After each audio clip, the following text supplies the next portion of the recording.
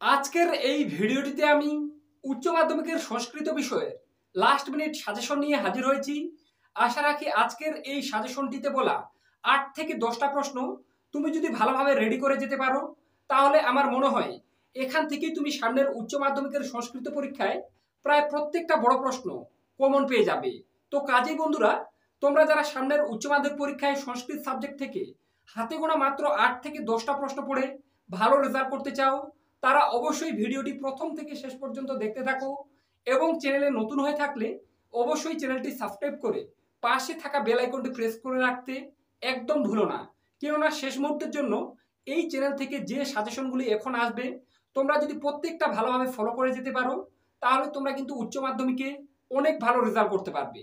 তো চলো বন্ধুরা, সাজেশনটি দেখে নেওয়া যাক।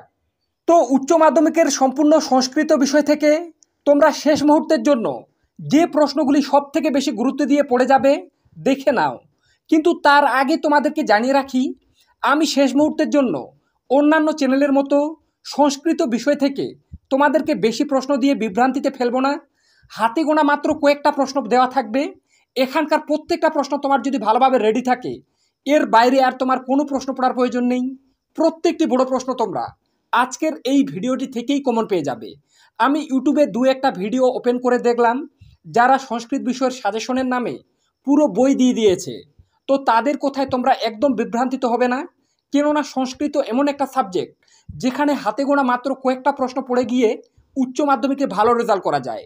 তাই তোমাদেরকে বারবার বলা হচ্ছে, আজকের এই ভিডিওটিতে হাতে গোনা মাত্র কয়েকটাই প্রশ্ন দেওয়া থাকবে। এখানকার প্রত্যেকটা প্রশ্ন তুমি যদি রেডি করে যেতে পারো, তাহলে তোমরা আমার কথা মিলিয়ে নিবে পরীক্ষার পরে। প্রত্যেকটা প্রশ্ন তোমরা সংস্কৃত বিষয় থেকে আজকের এই ভিডিওটি থেকেই কমন পেয়ে যাবে। তো চলো দেখে নিই গুরুত্বপূর্ণ প্রশ্নগুলি। তো তোমরা প্রত্যেকেই জানো, সংস্কৃত বিষয়ের 3-এর দাগে তোমাদের বড় প্রশ্নগুলি দেওয়া থাকবে। তো কি বলা হয়েছে দেখে নাও, নিম্নলিখিত প্রশ্নগুলির উত্তর দাও। অর্থাৎ 3-এর দাগে তোমাদের 5 নম্বরের 4টি প্রশ্নের উত্তর করতে হবে। প্রত্যেকটি প্রশ্নের মান 5 করে, টোটাল 5 গুণ 4 সমান 4, 5 ইন্টু 4 সমান সমান 20 নম্বর। তো প্রথমে দেখে নেব গদ্যাংশ থেকে তোমরা যে যে প্রশ্নগুলি ভালোভাবে পড়বে। তো দেখে নাও, গদ্যাংশ দেওয়াই থাকবে তোমাদের প্রশ্নপত্রে এমনভাবে যে কোনো একটি, অর্থাৎ গদ্যাংশ থেকে তোমাদের প্রশ্নপত্রে 2টি প্রশ্ন দেওয়া থাকবে, তার মধ্য থেকে একটি প্রশ্নের উত্তর করতে হবে। তো আমি তোমাদের জন্য মাত্র 3টি প্রশ্ন দিয়েছি। এই 3টা প্রশ্নের মধ্যেই তুমি পরীক্ষায় 2টো প্রশ্ন কমন পেয়ে যাবে। তো দেখে নাও প্রথমেই আর্যাবর্তনম থেকে। তো আর্যাবর্তনম থেকে আমি মাত্র একটা প্রশ্ন দিয়েছি। তো আমার মনে হয় এই প্রশ্নটা পরীক্ষায় এসে গেছে। এইরকম টাইপের একটা প্রশ্ন দেখে নাও, আর্যাবর্ত ও স্বর্গের তুলনা যেভাবে ত্রিবিক্রম ভট্ট করেছেন তা বর্ণনা করো। তো আর্যাবর্তনম থেকে তুমি যদি এই একটাই প্রশ্ন পড়ে যাও, তো একটাই কমন।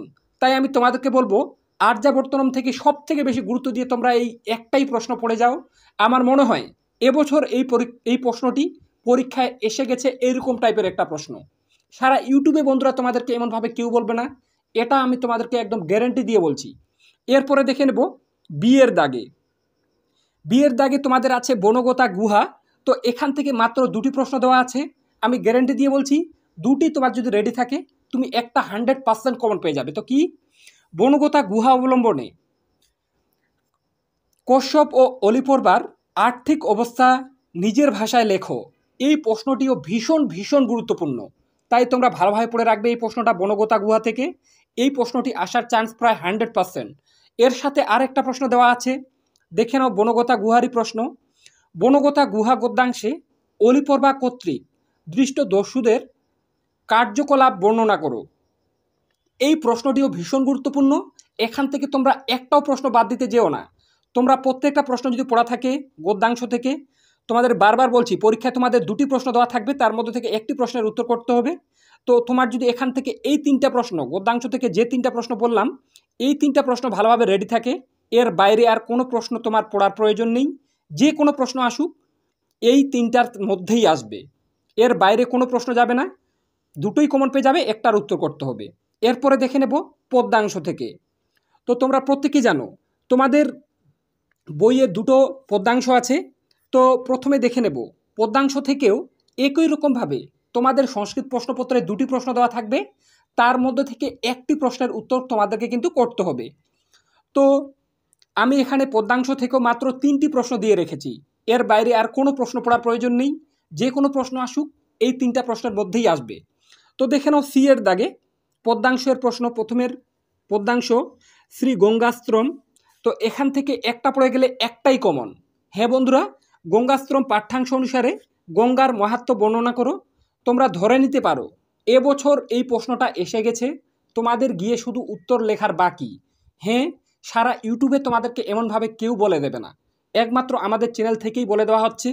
শ্রী শ্রী গঙ্গাশ্রম থেকে একটাই পড়ে যাও, গঙ্গাশ্রম পাঠ্যাংশ অনুসারে গঙ্গার মাহাত্ম্য, এবছর এই প্রশ্নটা এসে গেছে। তাই বন্ধুরা, তোমাদেরকে বারবার বলা হচ্ছে শেষ মুহূর্তের জন্য এই চ্যানেল থেকে তোমরা অনেক উপকার পেতে চলেছ। তাই তোমরা যারা আজকের এই ভিডিওটি নতুন দেখছো এই চ্যানেলে, তারা অবশ্যই রিয়াজ টিউটোরিয়াল চ্যানেলটি সাবস্ক্রাইব করে রাখতে একদম ভুলো না। কেননা শেষ মুহূর্তের জন্য ঠিক একই রকমভাবে প্রত্যেকটা সাবজেক্ট থেকে তোমাদের হাতে গোনা মাত্র কয়েকটা প্রশ্ন বলে দেবো। এই কয়েকটা প্রশ্ন তুমি যদি পড়ে সামনের উচ্চ মাধ্যমিক পরীক্ষা দিতে যাও, প্রত্যেকটা কমন থাকবে। তাই বারবার বলা হচ্ছে চ্যানেলে নতুন হয়ে থাকলে অবশ্যই চ্যানেলটি সাবস্ক্রাইব করে পাশে থাকা বেল আইকনটি প্রেস করে রাখতে একদম ভুলো না। তো বললাম শ্রী গঙ্গাশ্রম থেকে একটা পড়ে যাও, গঙ্গাশ্রম পাঠ্যাংশ অনুসারে গঙ্গার মাহাত্ম্য, এই প্রশ্নটা পরীক্ষায় এসে গেছে। এরপরে দেখে নেব ডি এর দাগে। তো ডি এর দাগে তোমাদের শ্রীমত ভগবত গীতা। এখান থেকে যে একটা প্রশ্ন পড়ে গেলে একটাই কমন পাবে, সেটা হলো ভগবান শ্রীকৃষ্ণ যে নিষ্কাম কর্মের কথা বলেছেন তা শ্রীমত ভগবত গীতা পাঠ্যাংশ অবলম্বনে আলোচনা করো। এই প্রশ্নটাও ভীষণ গুরুত্বপূর্ণ। যতগুলা টেস্ট পেপার দেখলাম এই প্রশ্নটাও আমি কিন্তু বারবার কমন পেয়েছি। তাই আমি তোমাদেরকে বলছি এই প্রশ্নটাও কিন্তু বাদ দেবে না, 100% এই প্রশ্নটারও আসার চান্স এবছরের পরীক্ষায়। এছাড়াও অথবা দিয়ে আর একটা প্রশ্ন পড়ে রাখবে, এই প্রশ্নটিও ভীষণ গুরুত্বপূর্ণ। তো দেখে নাও, পাঠ্যাংশে কাকে মিথ্যাচারী বলা হয়েছে, তার চেয়ে শ্রেষ্ঠ কে? এই প্রশ্নটিও ভীষণ গুরুত্বপূর্ণ বন্ধুরা। তোমাদেরও আমি ঠিক একই রকমভাবে পদ্যাংশ থেকে 3টা প্রশ্ন দিয়েছি, তার মধ্যে থেকে 2টি প্রশ্ন পরীক্ষায় কমন পেয়ে যাবে, এতটুকু তোমাদেরকে আমি গ্যারেন্টি দিয়ে বলছি। তাই তোমরা যারা সারা বছর দর্শন সাবজেক্টে কিছুই পড়োনি, এই 3টি প্রশ্ন পদ্যাংশ থেকে রেডি করে যাও। তোমরা 100% যে কোনো প্রশ্ন পরীক্ষায় আসুক উত্তর করে দিয়ে আসতে পারবে। পরীক্ষার পর কথাটা মিলিয়ে নেও।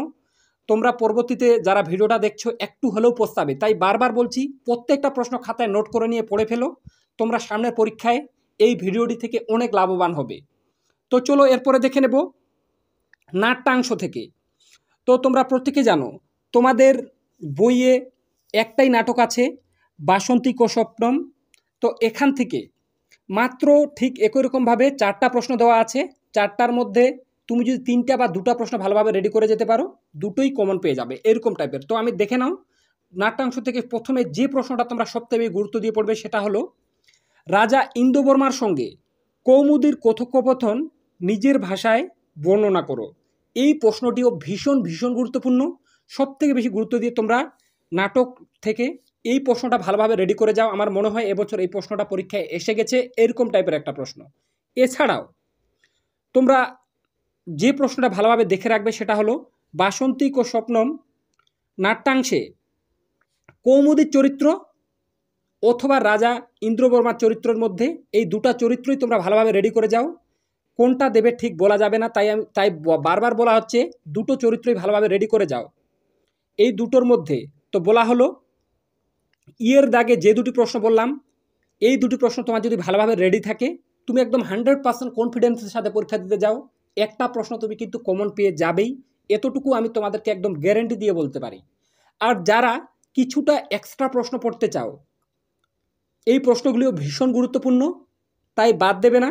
যারা এক্সট্রা পড়তে চাও তাদের জন্য বলছি এফের দাগে আছে নারী কাহাপি যুগায়তে, বাক্যটি পাঠ্যাংশ অবলম্বনে বিশ্লেষণ করো। এই প্রশ্নটিও ভীষণ গুরুত্বপূর্ণ বন্ধুরা। বারবার বলছি তোমরা যারা বেশি প্রশ্ন পড়তে চাও এই প্রশ্নটাও ভালোভাবে দেখে রাখবে, এই প্রশ্নটাও আসার চান্স প্রায় প্রবল এবছরের পরীক্ষায়। এছাড়া আরেকটা আছে অথবা দিয়ে বিজয়তাং অস্মাকম উপনীপ, উক্তিটি কার? উপনীপকে বক্তা তার কাছে কেন এসেছেন? তো বন্ধুরা এই প্রশ্নটিও ভীষণ গুরুত্বপূর্ণ, একটাও বাদ দেবে না, প্রত্যেকটি ভালোভাবে রেডি করে রাখবে। তো তোমার যদি একই রকমভাবে নাট্যাংশ থেকে এই 4টি প্রশ্ন রেডি থাকে, তুমি একদম 100% কনফিডেন্সের সাথে পরীক্ষা দিতে যাও, যে কোনো 2টি প্রশ্ন কমন পেয়ে যাবে, তার মধ্যে থেকে একটি প্রশ্নের উত্তর তোমাদেরকে কিন্তু করতে হবে। সারা ইউটিউবে আমার মনে হয় না এমনভাবে তোমাদেরকে কেউ বলে দেবে।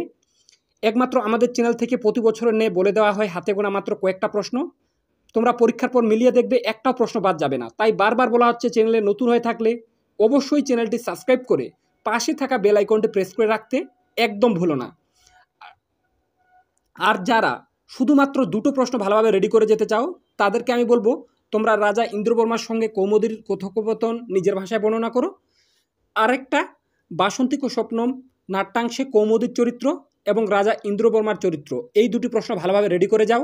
এই দুটি প্রশ্নের মধ্যেই তুমি একটি প্রশ্ন কমন পেয়ে যাবে। তাই নিচের প্রশ্ন পড়া তোমরা যদি না পড়তে চাও, যারা তুলনামূলক কিছুটা পিছিয়ে পড়া ছাত্র তাদের জন্য বলছি, তোমরা উপরের দুটি প্রশ্ন পড়ে রাখলেই নাটক থেকে হয়ে যাবে। আর যারা একটু বেশি প্রশ্ন পড়তে পারবে তাদের জন্য নিচে এফের দাগে দুটো প্রশ্ন দিলাম, এই দুটি প্রশ্নের মধ্যে একটা প্রশ্ন কমন পেয়ে যাবে।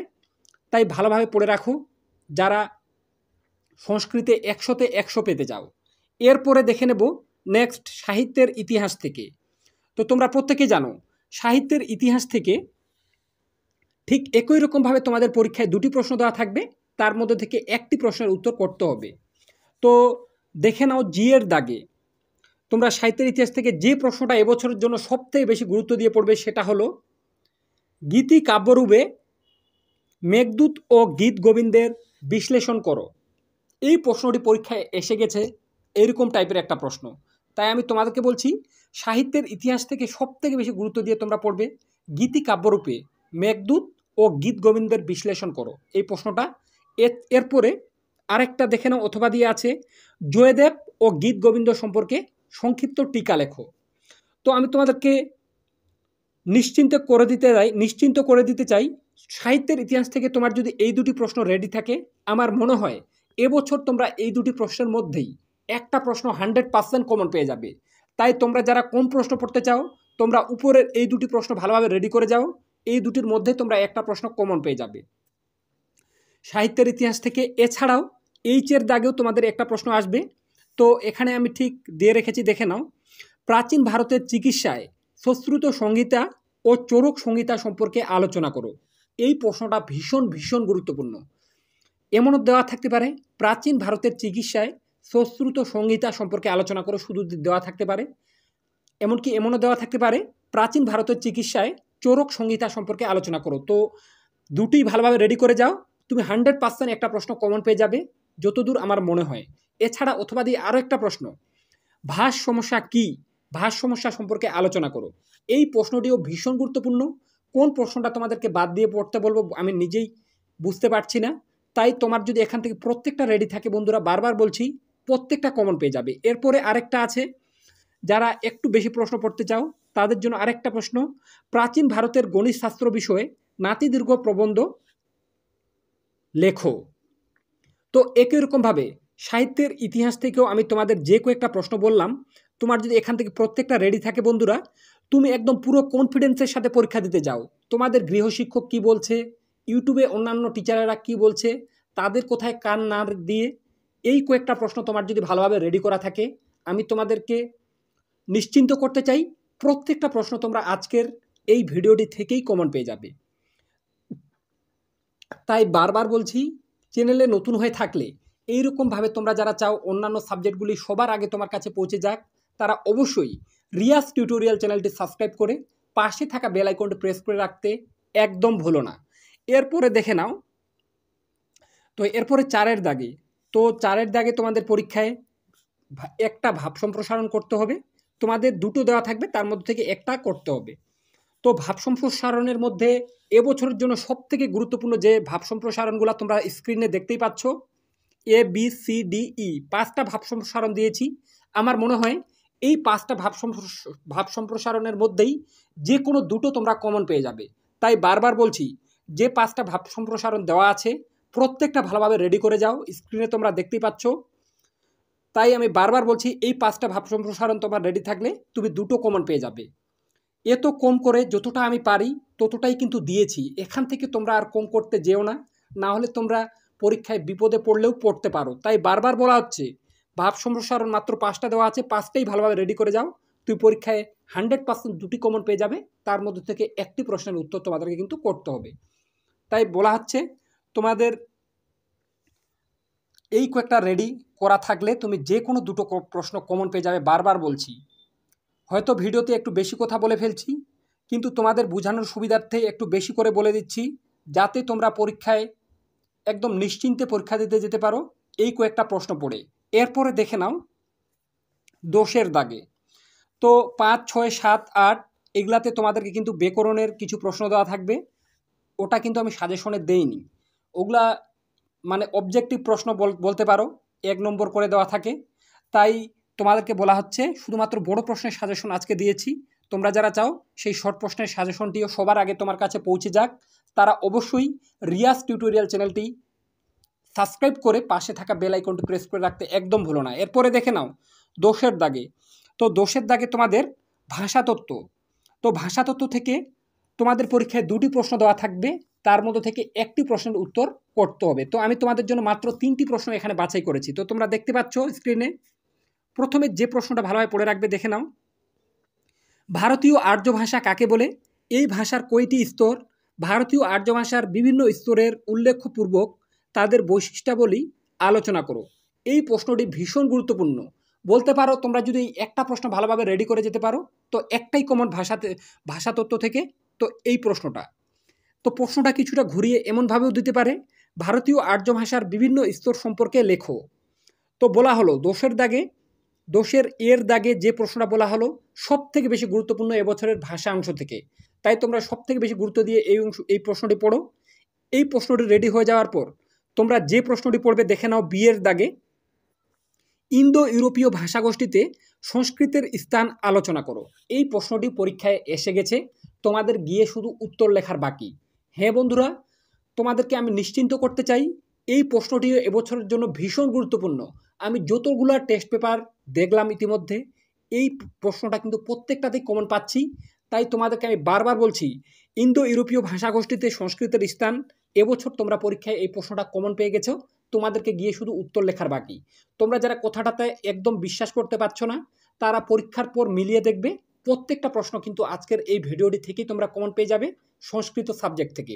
তাই বারবার বলা হচ্ছে প্রত্যেকটা প্রশ্ন খাতায় নোট করে ভালোভাবে পড়ে ফেলো। এরপরে অথবা দিয়ে আরেকটা প্রশ্ন তোমাদেরকে আমি বললাম, ভাষা অংশ থেকে 2টি প্রশ্ন দেওয়া থাকবে, তার মধ্যে একটি করতে হবে। তো আমি তোমাদের জন্য সাজেশনে মাত্র 3টি প্রশ্ন দিয়েছি। আরেকটা দেখে নাও, ইন্দো ইউরোপীয় ভাষার 10টি শাখার নাম ও পরিচয় দাও। এই প্রশ্নটিও ভীষণ গুরুত্বপূর্ণ এবছরের জন্য, তোমরা ভালোভাবে দেখে রাখবে। এরপরে যে বলা হলো ভাষাতত্ত্ব থেকে যে 3টি প্রশ্ন বললাম, তোমাদেরকে বারবার বলছি এই 3টি প্রশ্ন ভালোভাবে রেডি করে যাও, 2টি কমন পেয়ে যাবে, তার মধ্যে থেকে একটি প্রশ্নের উত্তর করতে হবে। এরপরে সবার শেষে দেখে নাও 12 এর দাগে। তো 12 এর দাগে তোমাদের যে কোনো একটি বিষয়ে সংস্কৃতে নিবন্ধ রচনা করতে হবে। পরীক্ষায় তোমাদের 3টি রচনা দেওয়া থাকবে, তার মধ্যে থেকে একটি বিষয়ের উপর নির্বাচন করে তোমাদেরকে কিন্তু নিবন্ধ রচনাটি করতে হবে। তো এখানে আমি তোমাদের জন্য মাত্র 6টি রচনা দিয়েছি। এই 6টি রচনার মধ্যে যে কোনো 2টি রচনা তুমি কমন পেয়ে যাবে। তো দেখে নাও, প্রথমে যেটা গুরুত্বপূর্ণ, মম আদর্শ পুরুষ অর্থাৎ তোমার পছন্দ মতো একজন মহাপুরুষ।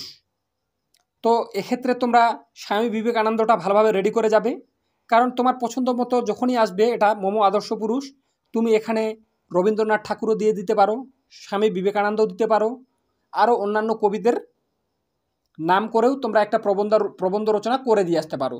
তাই বারবার বলা হচ্ছে মম আদর্শ পুরুষ যদি দেওয়া থাকে, তুমি যে কোনো পছন্দ মতো একটা পুরুষের জীবনী দিয়ে দিতে পারবে। তাই এবছরের জন্য তোমাদেরকে আমি ভালোভাবে দেখে রাখতে বলবো স্বামী বিবেকানন্দ মম আদর্শ পুরুষের মধ্যে, ওটাই দেখে যাবে, কেননা স্বামী বিবেকানন্দ এবছর আসার চান্স প্রবল। এরপরে 2 এর দাগে পরিবেশ দূষণম, এটাও ভীষণ ভীষণ গুরুত্বপূর্ণ, কেননা বিভিন্ন টেস্ট পেপারে এই প্রশ্নটাও বারবার দেখা যাচ্ছে। তাই এই রচনাটিও তুমি ভালোভাবে রেডি করে যাবে। 3 নম্বরে আমি দিয়ে রেখেছি অস্মাকম বিদ্যালয়, এটাও ভীষণ ভীষণ গুরুত্বপূর্ণ, ভালোভাবে রেডি করে রাখবে। এবছরের জন্য এই প্রশ্নটি আসার চান্স প্রায় প্রবল। আর 4 নম্বরে মহাভারত, 5 নম্বরে অন্তর্জালম, 6 নম্বরে সংস্কৃত ভাষা। তো যে 6টি রচনা এখানে বলা হলো 12-এর দাগে, তোমার যদি প্রত্যেকটা ভালোভাবে রেডি থাকে, তুমি একদম নিশ্চিন্তে থাকো। এই 6টা রচনার মধ্যে যে কোনো আমার মনে হয় 3টা কমন পেয়ে যাবে। তার মধ্যে থেকে যে কোনো একটি রচনা তোমাদের কিন্তু করতে হবে পরীক্ষায়। তাই কাজী বন্ধুরা, আজকের এই ভিডিওটিতে সংস্কৃত বিষয়ের যে লাস্ট মিনিট সাজেশনটা দেওয়া হলো, তোমার যদি এখান থেকে প্রত্যেকটা ভালোভাবে রেডি থাকে, তুমি একদম পুরো কনফিডেন্সের সাথে পরীক্ষা দিতে যাও, তুমি সামনের পরীক্ষায় প্রত্যেকটা বড় প্রশ্ন আজকের এই ভিডিওটি থেকেই কমন পেয়ে যাবে। তো কাজেই এই ভিডিওটির মাধ্যমে একটু হলেও উপকৃত হয়ে থাকলে অবশ্যই চ্যানেলটি সাবস্ক্রাইব করে পাশে থাকা বেল আইকনটি প্রেস করে রাখতে একদম ভুলো না।